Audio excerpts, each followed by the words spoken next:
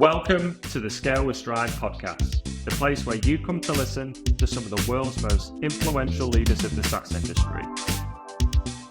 So welcome to the Scale with Stride podcast. Today I'm joined with Laura Garvey. So some of you may know Laura as the Vice President of Solutions Consulting for EMEA at Sprinklr. So before we get into the conversation, I'm just going to highlight some of your successes, Laura. Now, you are going to have to forgive me because I'm going to have to read off a screen because my memory's not that good. And there were so many. So let's have a look. So you spent the best part of 9 years at Sprinklr, joined as an individual contributor in 2015. You progressed through the ranks quickly and finished your tenure as the leader of the EMEA Solutions Consulting org. You scaled your team from 5 to over 50 people.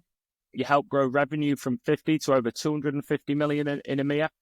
You significantly improved technical win rates up to 86% and drove consistent year-on-year growth. You were responsible for some of Sprinklr's largest and most strategic customers, and you got to achieve what so many people in our industry set out to do so, and you were part of the IPO in 2021. You've got an incredible track record when it comes to hiring and developing some of the best talent in our industry, and a lot of your team went on to be promoted to become leaders themselves. You're a master of medic, a multiple President's Club winner, passionate writer, huge advocate for D&I, and from my experience, an all-round great human being. So I could keep going on, Laura, but I don't want to embarrass you. So let's get straight into the conversation. So yeah, firstly, thanks for joining, and how are you? Doing really well. Thank you so much for having me on. It's been such a pleasure to meet you, Adam, and to understand how you work and how you have built your collective around go-to-market teams. So delighted to be here. Happy that we're doing this in the new year. And I'm coming in fresh off the back of a year off career break. So full of energy and excited to get into it. Nice. Yeah, you were telling me about that. So where have you been again? Remind me. Yeah, sure. So I was in South Korea, Australia, Vietnam, Indonesia, Italy, Switzerland, and France. So a bit of a world tour, which has been something I was planning, and I'm so excited. I never got to do the backpacking thing when I was younger, so decided to do it in my mid-30s. Well, I'm sure it was well earned after your time at Sprinklr. So let's get into the conversation then. So today's conversation's all geared around transforming solutions teams into revenue engines. So we want to get into that. But before we sort of get into the main topic of the conversation, do you want to just tell us what initially attracted you to solutions consulting? How did you get into the world of SaaS? Mm-hmm. So I always say that solutions consulting is the best job I had never heard of. I had trained in fashion journalism ultimately. So I studied journalism. I moved to Australia to work at Harper's Bazaar after college, and I was convinced I was going to be an editor of an amazing magazine. I ended up moving to London after Sydney, and I started to work for the Net-a-Porter group in production and sub-editing, and I loved it. But we at the Net-a-Porter group had actually procured Sprinklr for our social media management platform. And a very good friend of mine, who was our editorial assistant at the time, got poached by one of the success managers at Sprinklr. And then she suggested I go for this solution consulting role. So I had never heard of it, but I interviewed. I loved the people. I loved the energy. And I just got such a great feeling from the company and its journey and where it was headed. And it was something I hadn't done before. And my gut feeling just said, go for it, jump into it, let's do it. And that was how I found my way in. And within a very short period of time, I had some amazing mentors, people like Kelsey Natras, people like Tristan Fulkerson from my first months, who really helped me and let me accelerate into the world of sales and technical revenue generation. Nice. And I suppose, yeah, you were sort of spoiled for choice at Sprinklr. You know, the talent that they had there completely across the board is some of the best leaders in the industry. So yeah, no, it's great to hear this story. So let's talk about, turning solutions teams into revenue engines. I think just to set the scene, why this topic? Why do you think our listeners are going to want to hear about this? Yeah. So I think solutions consulting is often seen as a support function. We know that it's usually rolling up under the CRO. But I think for me, when solutions consultants are positioned correctly in a go-to-market function, they are such a revenue multiplier. Really, they're a sales weapon. And at Sprinklr, we really were involved from the beginning of our deals all the way through to close. We worked so closely with our sales peers and partners, as well as our success managers, to make sure that we were working so hard toward the win, that we were accountable to the win, and that we were able to see a lot of personal growth and development for it. And also making sure that you see your team on stage at sales kickoff, going and being announced as either Solutions Consultant of the Year, Manager of the Year, or people who are being awarded with President's Club nominations. It's just such a fantastic feeling. It's such an exciting marker of success. And I think it really makes people have that bug for sales to make sure that they know that they're involved in that go-to-market and revenue generating function. And for me, I think it was such an exciting part of how we spoke about benefits and what you could aim toward as a solutions consultant at Sprinklr. I really wanted to hone in on it and spend a bit of time talking about it. Nice. You mentioned in our previous conversation about like the representation of solutions consultants or SEs at President's Club, which was a bit of an eye opener for me. So I suppose for the listeners' benefit, do you want to give us a bit of a overview absolutely. of what that looks like? Absolutely. So President's Club ultimately was originally designed for sellers in order to make sure that they were really getting the benefits of the hard work that they put in. So people who achieve their number, as we know, they most likely get a seat at President's Club. But for solutions consultants, it's a little bit more of a gray area when it comes to being nominated for club. So, for example, at some huge platforms, I know at Adobe, we're looking at about a 1% of the solutions consulting team who get to go to President's Club. At Sprinklr, we pushed really hard to get to between 10 and 12% of our solutions consulting org there, because we knew that they were so involved from the offset of our deals all the way through to close. Their sales partners wanted them there. And I think in some cases, some SEs don't feel as closely linked to the targets as their AE peers. And we wanted to make sure that that lack of accountability or that lack of feeling of an ownership toward that monthly, quarterly, or yearly number can actually result sometimes in a bit of friction between AE and SC teams, and potentially even sometimes a little bit of a lack of engagement in QBRs from the SCs, and maybe in some cases an overall loss in momentum in forecast deals, because SCs are so busy, they're sometimes just in demo after demo after demo, and that consultative nature is lost. So it was something we really, really worked on, and we wanted to shift that mindset from a support team ultimately to a technical hunter. That's how we really looked at it. And we wanted that to lead to, the understanding that you had an additional team within the go-to-market function running at full speed toward your sales targets. And in my experience, it also created a huge sense of purpose and a sense of fulfillment among the SC teams. I realigned the business goals to their personal goals. And it was such a beacon of fun and excitement and support when we got to SCO every year. Well, it's good to hear. So there was 3 key sort of areas that you wanted to focus on. So I think the first one that we talked about was forecasting. So I suppose, let's dig into that.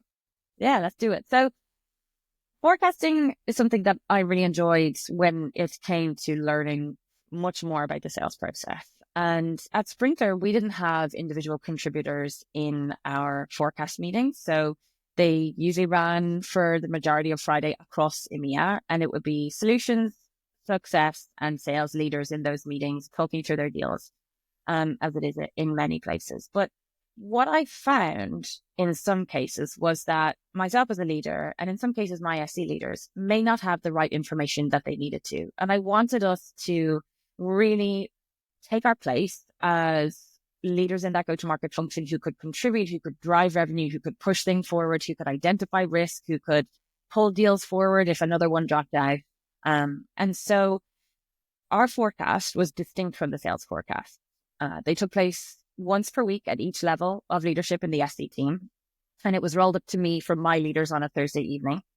And for us then, what we did is see that sort of clear alignment between ourselves and the sales leaders working together to work through problems and to make huge leaps in all of our forecasts toward closing our deals in each forecast. So we developed a format that was in line with MEDPIC. And what we started to do was to encourage all of our solutions consultants to think about the use cases that they were selling, distinct from the products themselves, and what product then would support those use cases and those business value outcomes. We also encourage them to build technical champions and to spot red flags. We also really needed to understand what the competition looked like, whether that was an incumbent or even just do nothing. And then we wanted to know what the next steps were. And this was all pushing us towards technical win. So a technical win is when you are nominated as the vendor of choice. Ultimately, whether or not that deal closes, that technical win award by the customer to the sales team is really important. And what we felt as a solutions org was most in our control. So that really helped us be far more aware of the gaps in our forecasts. And it helped us use our knowledge as a technical selling team to identify quick wins and to fill in the gap where we needed to. So our technical win rate overall improved from 54% to 79% in the first year of us completing these solutions consulting forecasts. And that was, again, when you're named as VOC. And it also helped us to identify millions of dollars in opportunities that weren't on the sales radar, but that could be pulled forward, like I said, into the forecast in case of a deal dropping out. And this is what happened with one of our customers in the Nordics. So one of our top FCs, Teresa Sandoval, based in London, she had built such a strong relationship with this customer that when we had a 400K deal drop out of our forecast, she had already identified a pressing need for our advocacy platform, which we then were able to sell in at 350K that very quarter. So it worked out very well for us, for our FCs, to be clearly honed in on what the targets were, how they could bring in deals in quarter, how they could upsell them or potentially grow them even in the same quarter, and give them that deep satisfaction of seeing that immediate sort of cause and effect from their actions into tangible value for the business. So one of the things I wanted to ask, so obviously, like with forecasting, it's quite common with regards to like the QBR. It can sometimes stretch over a number of days. To be doing that like every week on a Friday, how did you approach that? So you've got so many deals going on across so many different themes across EMEA. Would you like cherry pick specific deals and then try and break them apart? Would you look at them at a high level, sort of bird's eye perspective? Like, how would you actually do that and run those meetings? Yeah. So great question. So ultimately, we were a very data-led team. We always were, and I always will be now as a leader. And a lot of that training came from Christina Weir, a former leader of ours, as well as Justin Fulkerson, who's currently the SVP of Solutions globally at Sprinklr. So we had a really great set of data. But these SC forecasts, we really encouraged the team to be much more meticulous with how they were logging data. Now, no one loves logging data or filling out timesheets. But this was something that was really important for us to understand the lay of the land, what was going on. How do we absolutely and distinctly, clearly, associate all of our FC activities to revenue? That was something that was extremely important to me and to my leaders. So how we did it was a lot of our data was logged in Salesforce, but we also had these beautiful visualizations in Tableau where we could assess our in my number deals. And then we were also looking at strong backfill. So we were looking at in my number and strong backfill deals for the quarter. And that's how we were running through these different topics like use cases, products, technical champion, etc., per deal to make sure that we were bringing in these numbers and supporting the strength of our forecast and our forecasting accuracy by, really chasing down that technical win. And so that information was rolled up from the individual SC to their leader, and their leader would then roll it up to me on Thursday afternoons. So we would try and keep it very snappy, very short, 30-minute meetings. We don't want to drown our teams in meetings. They already have enough of them. Yeah. But once we really got excited about this is directly linked to ARR and to the success of this team and to the importance of our place here and our partnership with our sales team, it worked really, really well and very smoothly. And luckily as well for the business, it spread across different regions as well. So teams across America adopted it. Some of the teams in APAC adopted it as well. And just so for my own understanding, you mentioned about strong use cases and backfills. What do you mean by that? Yeah. So we had, the in my number deals were the deals that were most likely to close, and the strong backfill deals were our second, let's say, tier of deals that were likely to close in the quarter. And so that was what we focused on, and the use cases and the business outcomes within those deals was where we spent our time and our work. Okay. And like, did you tier them or like grade the opportunities in terms of Yeah. like, yeah, Yeah, so they were tiered in terms of annual recurring revenue, right? So the size of the deal was key. And then the second grading came in the form of its complexity. So how many of our architects needed to be involved? Did our specialist team need to be involved? Was it a CCaaS deal? Was it advertising? What were the different layers that were required? Did we need our CTO's support? Did we need our product team support? And so all of that was discussed in our forecast meetings to make sure we were running as quickly as we could at that technical win. cool. And like, if I'm listening to this now and thinking, oh, this sounds like a great idea, like how you mentioned about how this improved technical win rates, it was rolled across the business. What about from like a forecasting accuracy? If you think about the QBRs and where you end up at the end of the quarter, how can you give any sort of meaningful data of how that impacted the sort of wider business org and how those Yeah. forecasted helped accuracy from a forecasting perspective? Yeah. So very luckily in EMEA, our forecast accuracy was very strong, right? So our sales leaders were excellent at it. But what we were able to see was just that marginal increase, I should say, between 2 to 5% forecasting accuracy as a direct result of this. And in some cases, that could be absolutely a huge percentage in a forecast. So yeah, that was a really great number for us to see, and to see that continue to stabilize over time since we started the forecast all the way through to when I left. Yeah. So what I take from that is, it's cascading upwards, frontline ICs rolling up to their leaders, ultimately rolling up to yourself. Yeah. Regular but short, punching, snappy meetings with clear like outcomes and actions off the back of it. And a lot of it comes back down to data quality. If you're not leading with data, it's just another opinion kind of thing, and you're ultimately going into it blind. So I think data quality is something that can make these kind of forecasting meetings really productive and time efficient without having to be overly like labor intensive to get the information you need. Exactly. Yeah, to avoid that labor intensity you're so right, because there's some instances in a forecast where everybody could be kind of asking each other what's going on. Do you know? And that's completely natural. But to have that extra context within our data reporting was huge for us. That also meant that we had a really clear leaderboard as to which SCs were coming first in the ARR rankings for the year. And that was another sort of big aspect of why SCs were chasing down those higher deals and wanted to spend their time on more strategic opportunities, because they really wanted to see the President's Club as well. Yeah. I know we've only got limited time, but there's one more thing I wanted to ask on this. So data quality, CRM usage is probably like probably the oldest story in sales teams. Getting sellers to be, bulletproof with their admin, and I can attest to that in recruitment. I'm always banging that drum.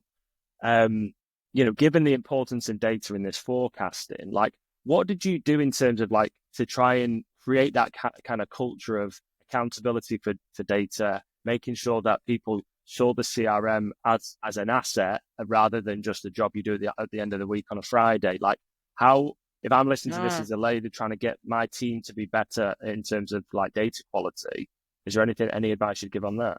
Yeah, and I'm almost laughing a little bit because I'm not here to say that that's an easy job, that it's not.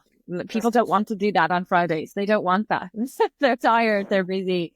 And it's not the most exciting activity that somebody in a sales team can do in comparison to meeting with customers or being at events. Yeah. So we did that. It took time, right? It took a little bit of time. I think it took the first half year of the financial year that we started it in.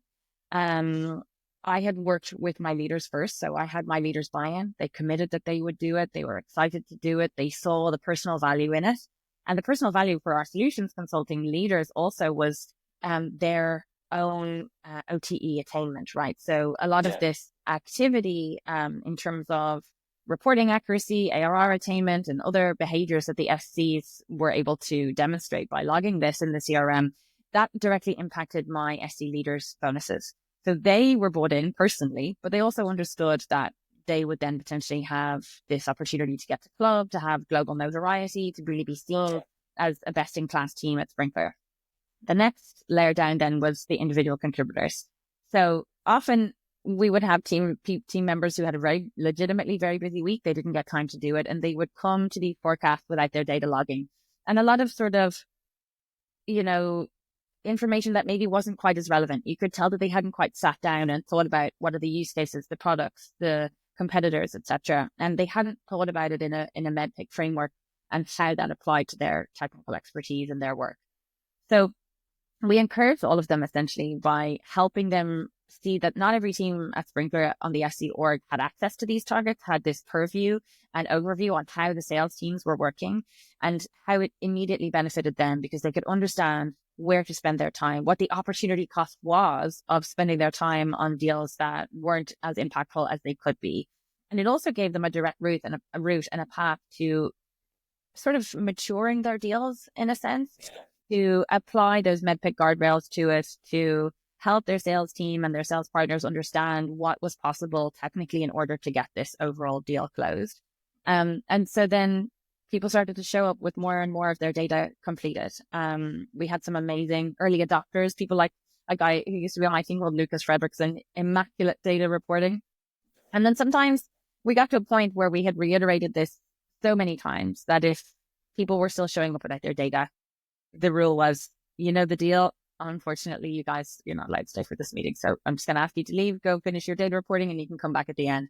And ultimately, it really worked. People bought into it. It was an exciting point for us in a team to really understand what the other SCs were getting into and what they were achieving in their deal cycles. Because so often, solutions consultants that are part of one team, they never really work together. They work in parallel with one another on separate deals. So it was a great way to bring everyone together and share ideas as well. Yeah. I'm just struggling to get my head around the thought of you like marching someone out of a meeting because they've not done the data entry.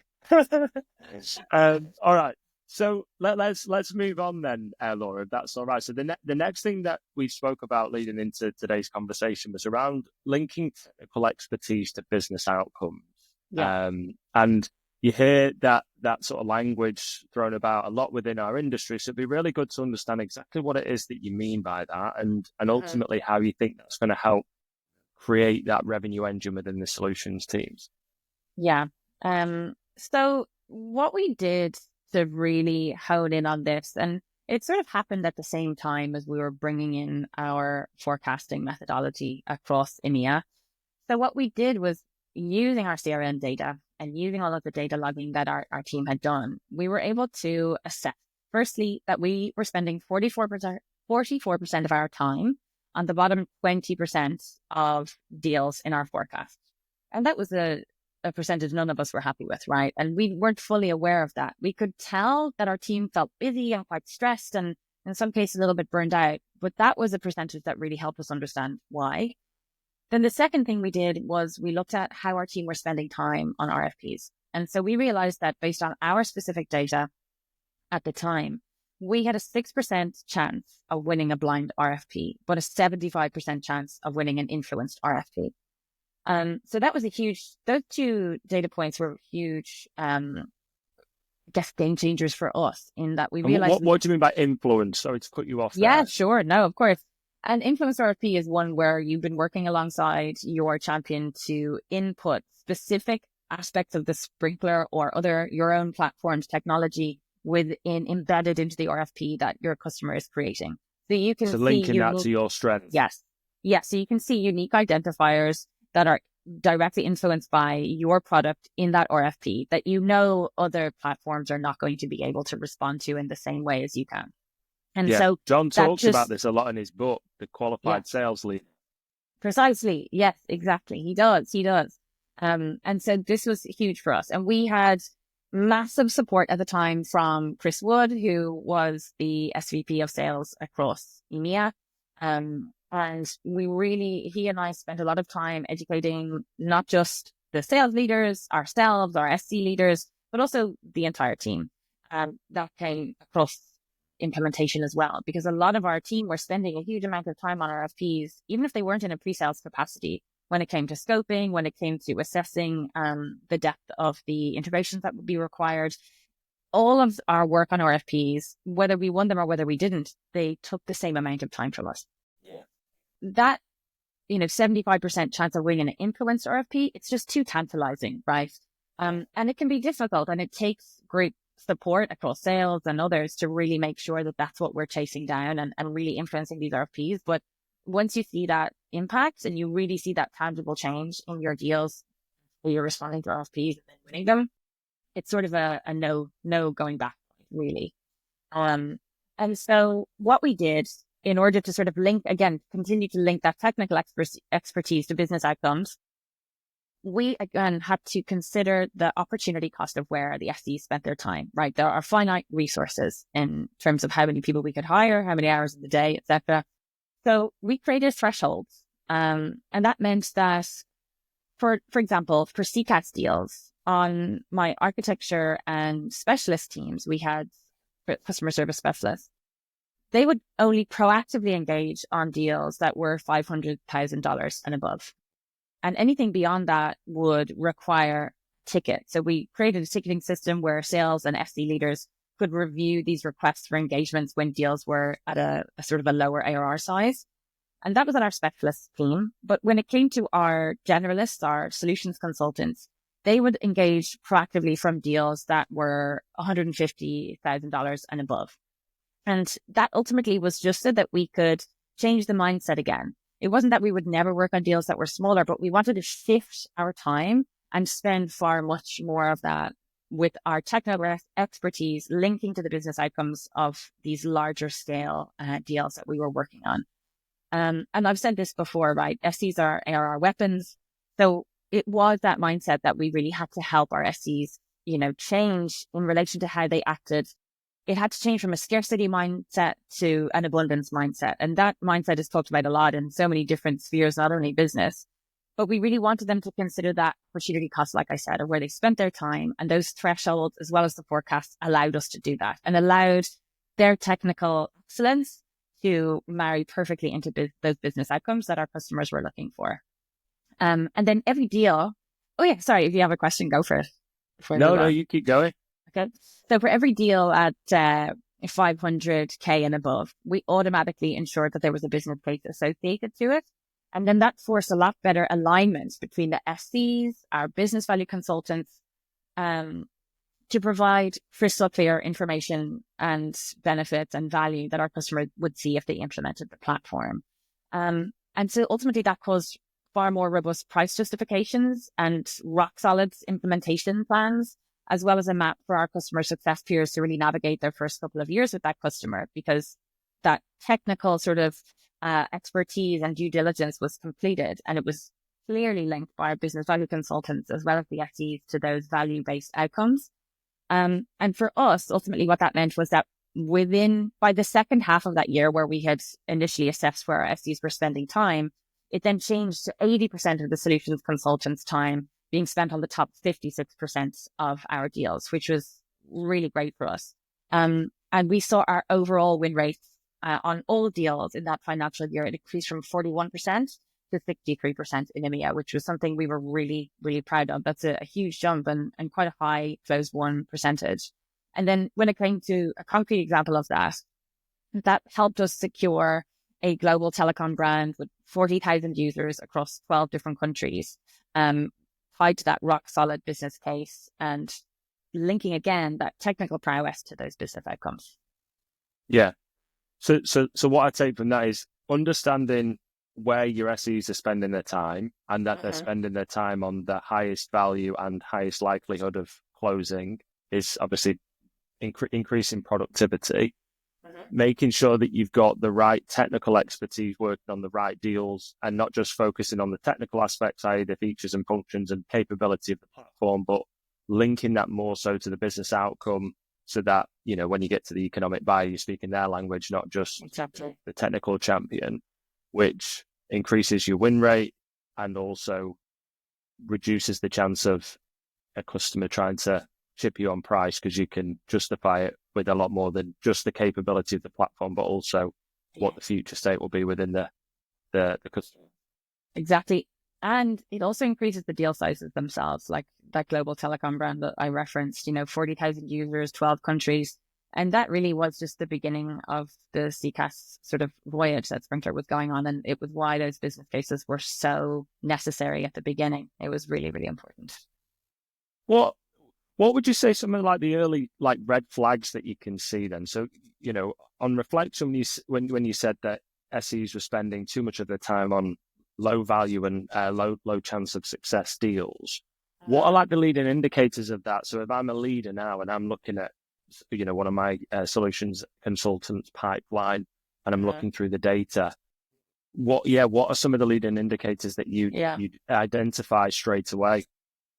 Immediately, it's the overall close won rate and percentage, right? So often what we were able to see was that sometimes when solutions consultants weren't engaging in a strategic way with deals, they would not necessarily be seen as the most valuable engagement on the customer side. So they were more likely to fall out of our forecast.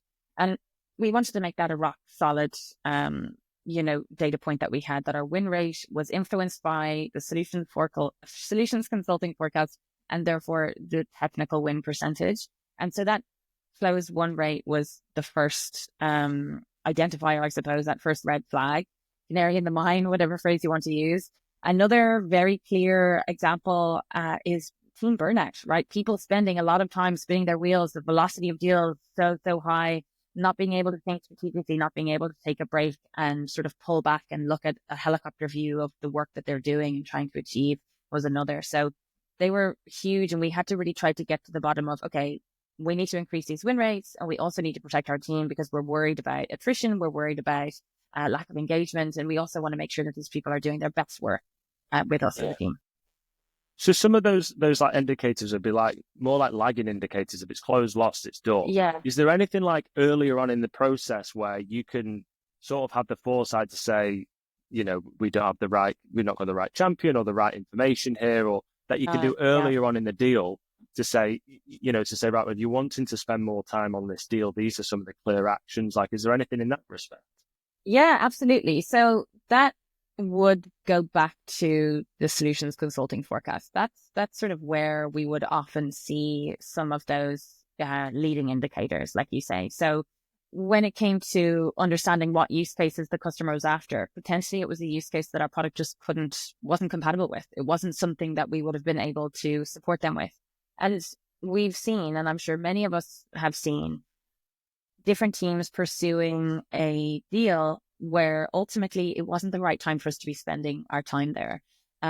So understanding the use cases, also deeply having a relationship with our technical champions and being fed information, understanding what those red flags might be. I mean, that was a specific category in our solution forecasting meetings where we would say, what are the red flags? What do you see as a risk? In some cases, that could be an integration that hadn't yet been built that would have to be custom and therefore could take a long time and increase the length of the implementation. We could also understand from our technical champions who had a particular allegiance potentially to an incumbent platform or to a different platform that they wanted to leverage. And so those were a lot of the sort of leading areas that we were looking at to understand how this would impact. Another one would be mid-quarter assessing the amount of time our solution architects were spending on deals. Their energy and their time and their logging in Salesforce or in whatever CRM you're leveraging, if that wasn't extremely high in a week by mid-quarter, it would start to get us very worried. That was always the time where I would say to our SVP of sales, hey, the architects aren't busy enough. This means that our product won't be sticky enough, that we're not in conversations as soon as we need to be to make sure that all of our technical validation linking to value is completed. And so that would really be another area we would step in to look at leading indicators. I feel like I could go on about this all day, but I know I'm conscious of time. So the final topic that we were going to talk around was around like the organizational change. So talk us through that and some of the things that you ran at Sprinklr.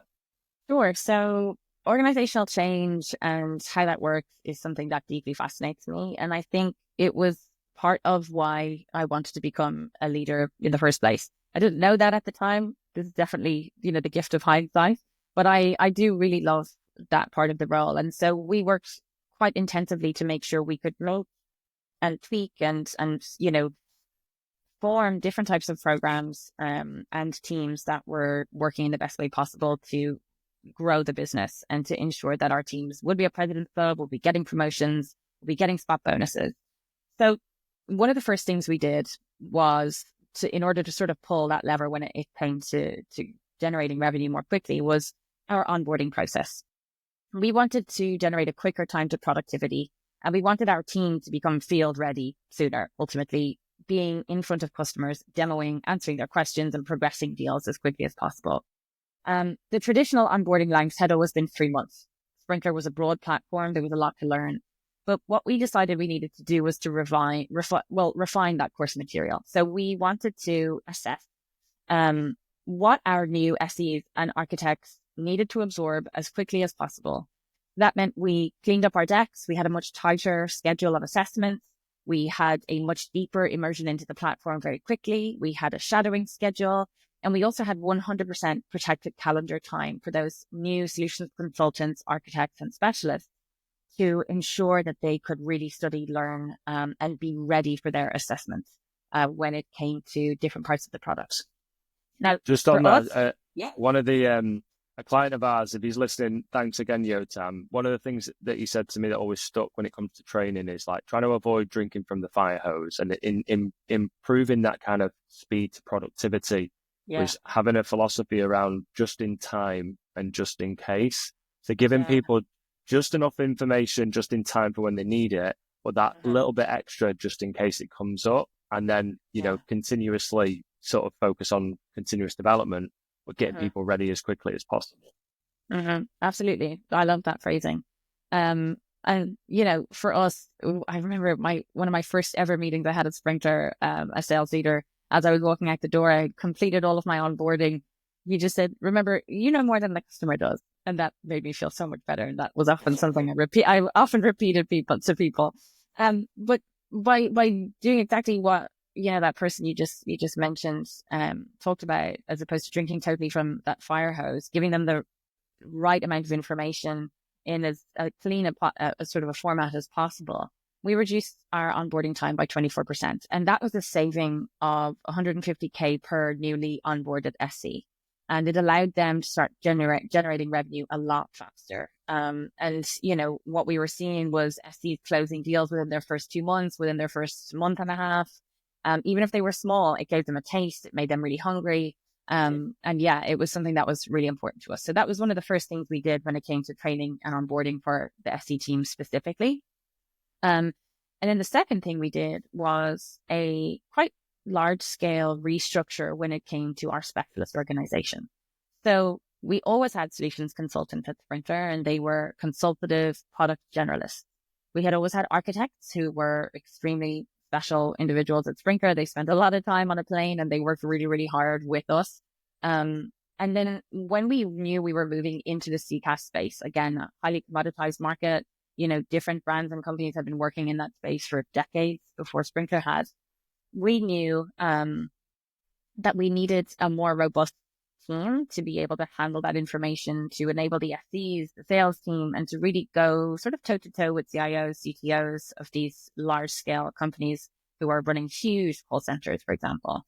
And so for us, what we did was we separated out solutions consultants, architecture, and then we built a specialist team. And in that, we had CCaaS specialists, AI specialists, and advertising specialists.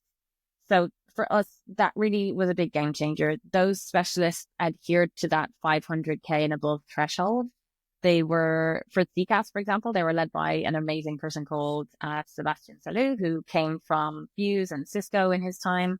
We hired quite a lot of people from Genesys, from TalkDesk. We really upskilled the team, and that had a huge impact on our SCs as well as architects and sales teams. And for us, we looked at the direct cost impact, right? Each FC represents significant costs: salary, benefits, tools, training. And we really wanted to make sure that we were creating the right type of ratio there with this team. And so a wrong ratio, we know it's either, it's underutilized or expensive resources, just potentially not doing enough, when it comes to generating revenue, or it means missed revenue opportunities entirely. And then we wanted to look at that optimal ratio, which would maximize revenue per SD headcount. So then the next thing we led into, having created that organizational change, was deal economics, right? Insufficient SC coverage meant lower deal values and longer sales cycles, and too many SCs reduced our profit margins on deals. So the right ratio essentially ensures that deals are technically qualified without over-engineering the solution. my opinion is that when you're looking at let's say a Series B, so like a 50 to 200 employees, you can start with a 3-to-1 ratio. And the why there is you're still building product market fit. You've got fewer complex enterprise deals, and you can adjust as deal complexity increases. But then when you get to Series C and beyond, you're more looking at a 2.5-to-1 or a 2-to-1 ratio, because you're increasing enterprise deals and they require more technical involvement. And you also really need to consider deal size and when you're ratio planning, for example. And that was what we did when we created this specialist team. We at Sprinklr decided on a 2-to-1 ratio, and that was a blended ratio. So that involved our solutions consultants, who are more the product generalists, our specialists, our architects, and our demo engineers. And then in my last 2 years at Sprinklr, we focused, so much on enhancing knowledge and sharing the knowledge between these teams and really making us feel like a team one. It sounds really obvious when you spell it out. Hire great people, give them a really good onboarding and focus on developing them, set them up in the right way where they set within and playing to their strengths within their own specialisms, and make sure you're focusing on productivity. It all seems really obvious, but it's so surprising how many businesses get it wrong. But it's hard. But I know. I mean, even in my business, it's the same, knowing where to place people, where to have them focus in different countries, so on and so forth. So yeah. Well, listen, Laura, I'd say we're at time. But this has been like really insightful. I've thoroughly enjoyed it. I feel like I could talk for days. So I just wanted to sort of take a moment to thank you for sharing all of your experience and the insights around the topics that we've discussed today. And I'm sure people listening are going to get a huge amount of value from it. So yeah, thanks again. And yeah, well done. I think you did a great job. Thank you. Thank you so much, Adam. It was great to chat. Thanks for listening. I hope you enjoyed today's episode. Don't forget to subscribe. And if you want more information about the podcast, head over to our website, Scale with Stride.